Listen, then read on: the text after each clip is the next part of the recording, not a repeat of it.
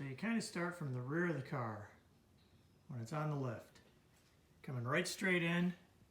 There's your two mufflers. And right up here, boy, this is hard to aim, is differential.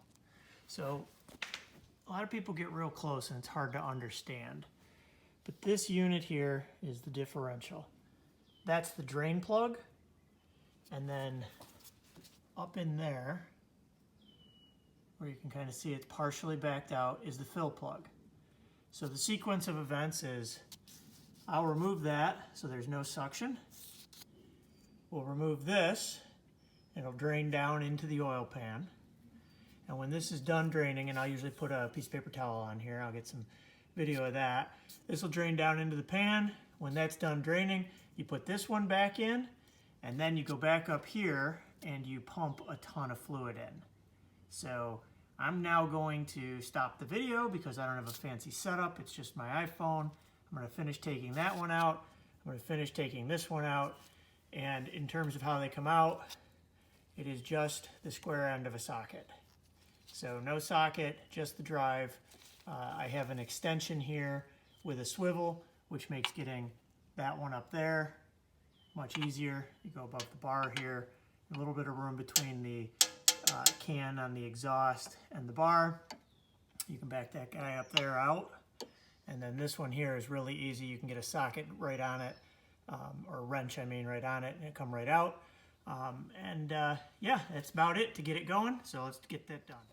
I'm gonna try to do this using the video, so I'm gonna look like I don't know what I'm doing because I'm looking at the phone. So this goes right in there. It's actually really easy to get in there if you're not using your phone. They're not very tight from the factory, and those blue lines are from the factory. So now it's finger loose. So before I go any further, I'm gonna raise that. We're ready. We got our pan right here. Almost too close. Awful video to see what I'm doing. Try a new angle. Now, you're gonna have to take my word for it. It's loose up in there. I'm just gonna back it out here with my fingers. And you'll have to take my word that I'm actually doing something. Not just shaking my wrist, my hairy ass arm. And the magic of threads is sooner or later you come to the end, and there you go. Fluid gushing forth, and here is the plug. Now what you'll notice is this is the plug for the fill, this is the plug for the drain, and there's this slime on there. So these are magnetic plugs. They are designed to capture any little filings that come off in the diff and keep them from gumming up the works. These are pretty clean, and you can see the fluid's pretty clean. This is my second fluid replacement here. I'm not anal retentive about fluids, but when you track the car, GM gives you some pretty specific guidelines on when the fluid should be replaced, and that's exactly what I'm following here. So we're just going to let this drain for a bit. You can see why I put that piece of paper towel there, because it's well engineered to drain right onto the leaf spring.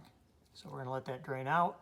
We'll put in the top plug, or the bottom plug here that we just took out when it's done draining, and then we'll go up to the top and start pumping in some stuff. Still draining, kind of cool. You can see the metal filings-ish, or clutch packs from the limited slip in the rear, sort of in the juice. That's why we're doing it. Okay, we got that bottom drain plug back in, and you can see the factory marks lined up about as good as they were from the factory. And this is where you get a little creative, at least for me. Take my oil drainer pan, put a board across it, just high enough so that my little pumpy thing that goes into the fluid, I jam the hose way up in the hole up in there. Now one thing is, on the back side of the brace here, put your hands up in there, you can see the hose. Put your hands up in there and hold it if you feel the need to. So you can kind of see right there where I'm holding it. but I don't find you really need to. If you really take the time to thread that way up in there, you're okay. And then you get ready and you just start spending time pumping. A lot of time. It's going to be 4 quarts of this stuff. You can put it whatever you want in there. That's 75W90, but you need to have your limited slip friction modifier in there. Since the car is under warranty and I'm following the tracking procedures to the letter, I'm just buying GM AC Delco fluids simply because I think they know what they're doing. They built the car, they said they'd warranty it for track duty under the usage that it gets using these particular fluids. So I'm not going to try to second guess it. I'm not doing any MLM, the ultimate synthetic horse shit or anything like that. Change it every 10 hours. Do what you need to do to keep it fresh in there.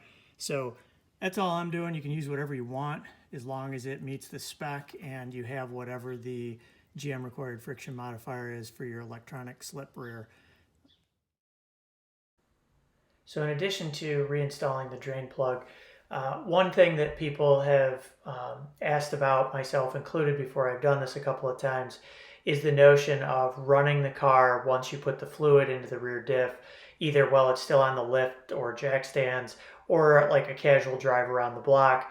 The idea behind that is you're supposed to flush any air that may have gotten into the differential cooler lines out. The fluid will fill it, and the idea is you'll be able to add more fluid.